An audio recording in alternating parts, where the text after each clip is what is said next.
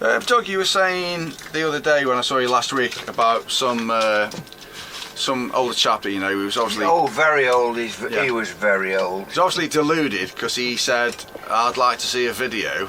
Yeah. Where you talk about the very beginning. When I started. The very beginning. The very beginning. Well, the very first time... the very first time I made a guitar was about 6 or 7 or 8. Something like that. A very small child. A very thin small child.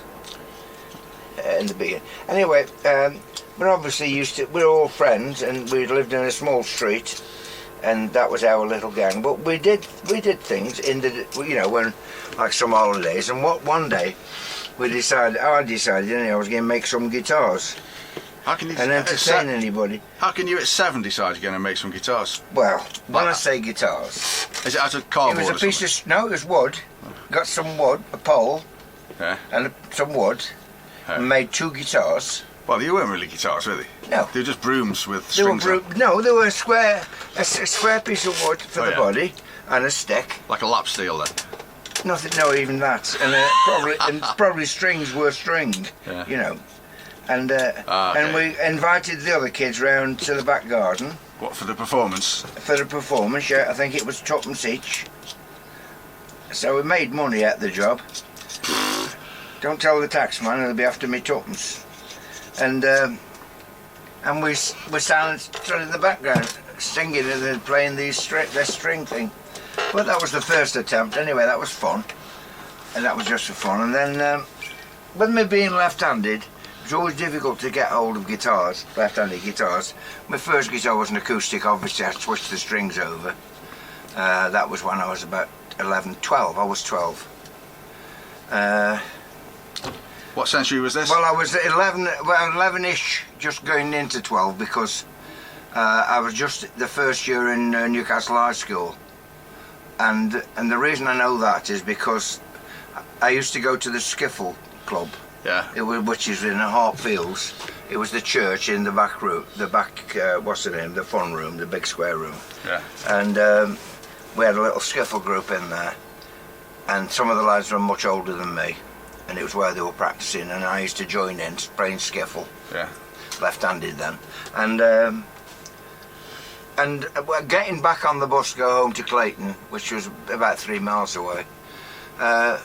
When I stepped on the back corner of the bus, I slipped a bit and hit the guitar, and it broke the neck off the guitar there. All right. The joint broke. Yeah. So there I am with 2 pieces of guitar then. 2 guitars. So I took it to school the next day to Commander Wilson in the wood shop. Yeah. And he attempted to fix it for me. I wasn't looking at the time what he did.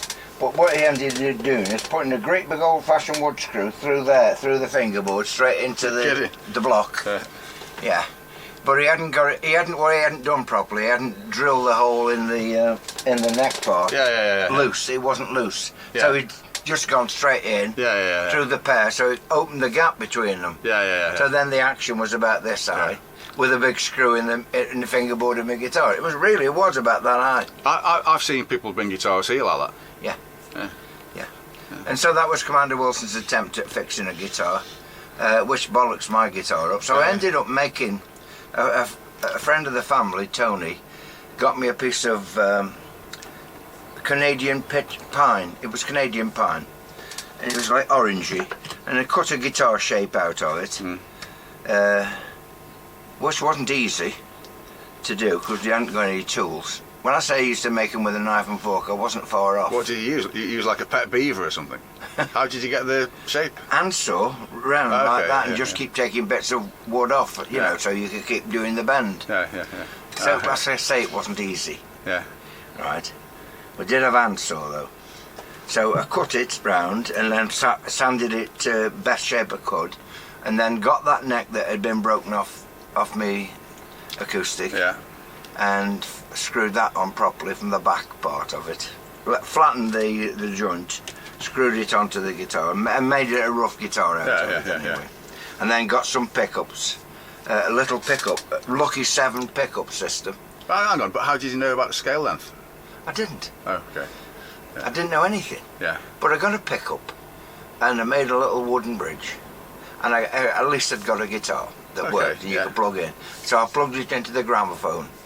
Oh yeah, yeah. Because She there did, was yeah. auxiliary inputs Yeah, on them all in them that, days. yeah. So I plugged into that, and I got an electric guitar then, which was great fun. You know, scale length had got nothing to do with anything for me in them days. I didn't understand. Yeah. And I didn't tune all the strings, you know, like they should be. Yeah. But it was a guitar and it made a noise, and I was playing like that, skiffle then.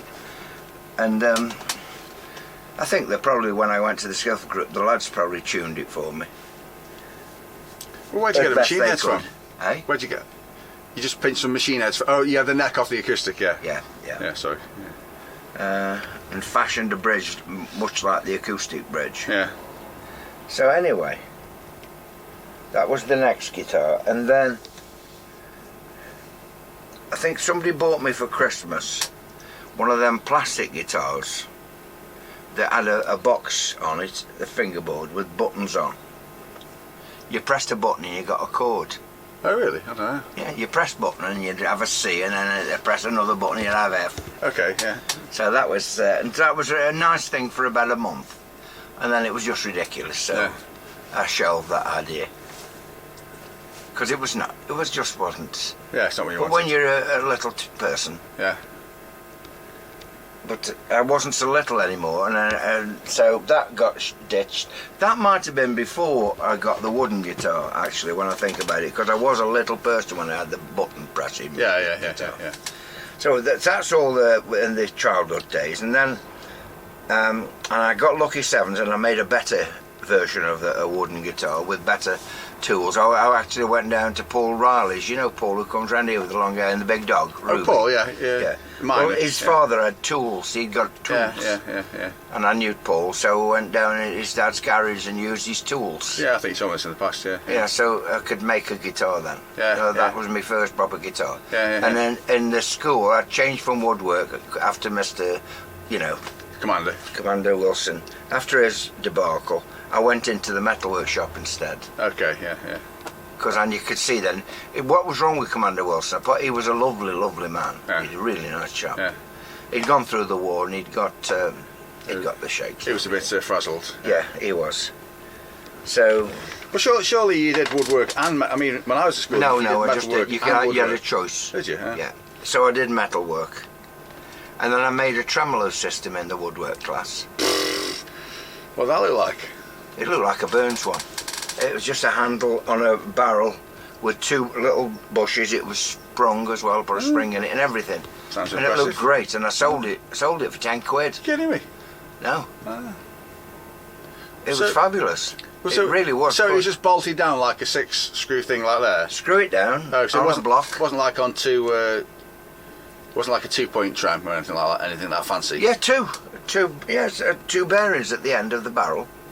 Everything fit properly. Oh. It was really proper. Shame you didn't take pictures of these things. Yeah, I was very good at metalwork. Yeah. So I made this bridge, and that was going to go on my guitar. Yeah. And then somebody bought it off me before I even put it on. Who was that? I can't remember. So one of the lads in school. At Newcastle High School, a lot of lads had money. Yeah, money. Yeah. So that was it. So I sold that, and then I saw. So I'm playing left-handed till I was 15. 15, yeah. I was playing left-handed for a couple of 3 years. Well, all the while, but a couple of 3 years getting serious about it and learning shadow stuff. Yeah. And then at 15 I saw a Futurama guitar in Hanley. Oh yeah, heard of them. Yeah. And I thought, that's the one. 3 pickups, like a Strat. Yeah, they were quite popular, weren't they? Tremolo system. And the first ones were really good. Yeah. And I know that because mine was phenomenal, and we had our rhythm player. We'd formed a band by then. Yeah. Our rhythm player had got a Fender Strat. Yeah. He bought it from America. Yeah. Because he wasn't too bad off. Yeah. Alan Gumbly. So he got a Fender Strat, and I got this Futurama, and my Futurama sounded better than his Strat in my ears. Yeah. And I did have good ears then, and it sounded great. Now my friend Ricky from school, Ricky Lloyd, he loved my sound of my guitar and he loved my guitar, so we went and bought one, and this was awful. Oh really? Yeah, they changed the thing of it. The pickups had been like moulded into the plate, and then his, they were still moulded, but they had a metal plate over the pickups there that they'd gone from having single poles to a block. Okay. And it was awful. And it sounded awful. It played bloody vile because they'd got so popular. They were mass producing them then. Yeah, it's about money then, so something. Yeah, so they were mass producing and they were awful. Oh, dear. And this was all. I tried my best to set it up for him, but you know, only little bits of knowledge. So did you swap your Futurama for like a 335 or something? No, I didn't. I did have a 335 after the Futurama. So what happened to the Futurama?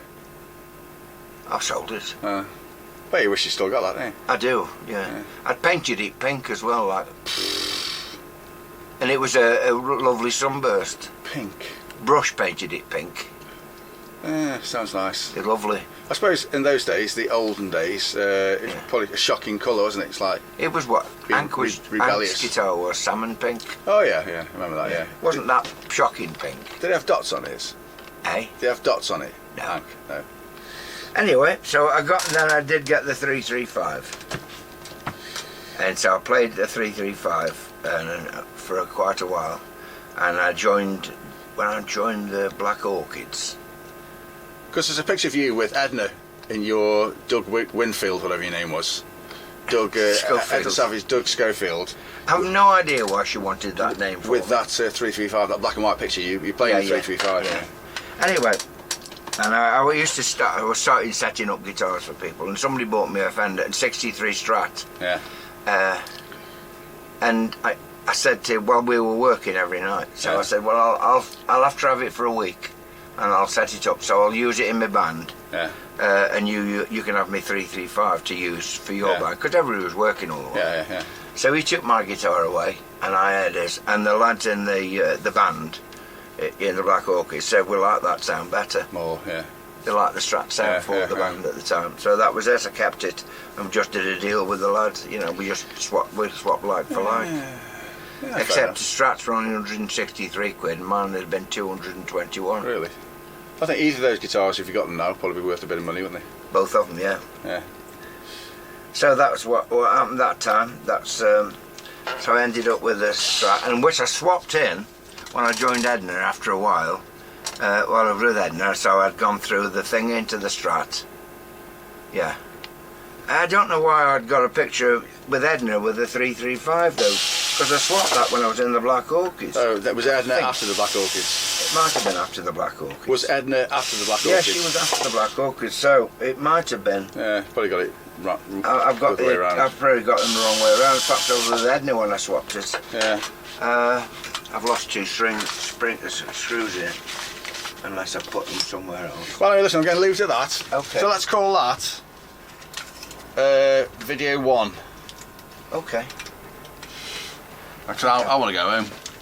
Okay. Oh, no, there they are. So yeah, I put them away. Did you anything specific you fancy playing and singing tonight? Or just the usual lovely songs? Well, I don't know now anymore because we not seem to be doing very well at learning songs, are we? No, we did do that. Neil Diamond, what's it? Doodly doo doodly doo. That sort of that 3/4 thing. What's that one? 3/4. She wasn't. Anyway, listen. Yeah, a tune. Yeah, it'll be all right. Doug, I'm gonna go. She was mourning.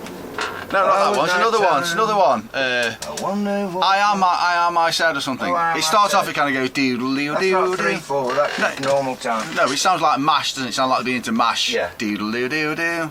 We'll do that one again. Yeah. Thing is, like Dave learned that when I quickly learnt it. Then the next time we had about a month off it. Then he was like, looking at me like, I don't know it. Yeah. It's like he's forgotten it, hasn't he? It was only 3 chords. Even I can remember that. Oh yeah.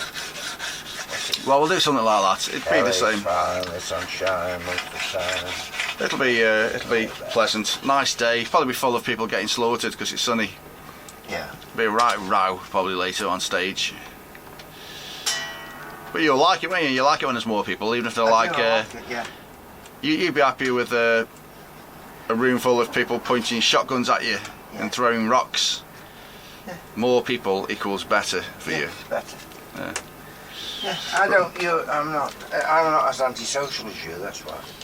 Huh? You're just a miserable bleeder. Well, not at all. I'm probably the happiest person you know right now. I've cheered up. Oh, that'll stop. No, absolutely not. We'll put a stop to that. Absolutely not. Listen, I'm going to go. I'll see you later. Have you gone? Where's the back for this? Oh God, I'm a fucking messy worker, aren't I? What gave you that idea? Fucking hell, where have I done with the back?